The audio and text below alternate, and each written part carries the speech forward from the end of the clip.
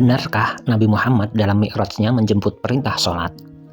Memang banyak didengar keterangan yang menyatakan bahwa Muhammad sewaktu Mi'raj itu menerima perintah sholat langsung dari Allah.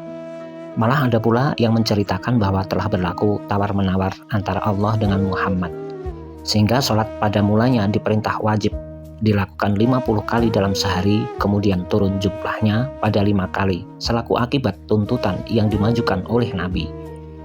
Kalau memang telah berlaku tawar-menawar itu, maka kelirulah ketentuan pada surat ke-57 ayat 22 yang menyatakan bahwa sekalian yang berlaku pada diri seorang telah ditetapkan Tuhan lebih dulu sebelum kejadian.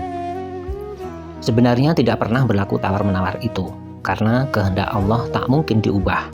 Malah apapun yang dipikirkan manusia adalah kehendak Allah. Surat 74 ayat 56. Apapun yang bergores dalam hati manusia adalah kehendak Allah, tercantum pada surat ke-76 ayat 30 dan surat ke-81 29. Mi'raj Nabi Muhammad menurut riwayat berlaku setahun sebelum beliau hijrah ke Madinah atau sewaktu 12 tahun bertugas kenabian di Makkah.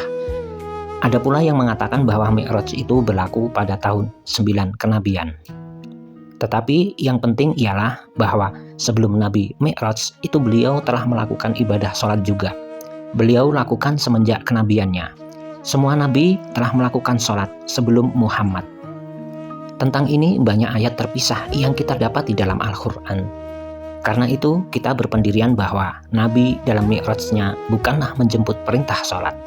Karena perintah tentang itu termuat dalam Al-Quran pada beberapa ayat dan biasanya diiringi dengan perintah memberikan zakat. Kita tidak mendapatkan ayat Al-Quran yang menerangkan sholat diperintah waktu Nabi Mi'raj.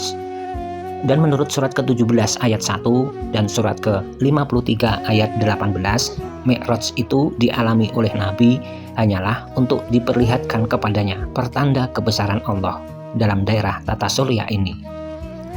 Allah menerangkan bahwa Al-Quran itu mengandung keterangan-keterangan semua problem. Dinyatakannya pada surat ke-16 ayat 89.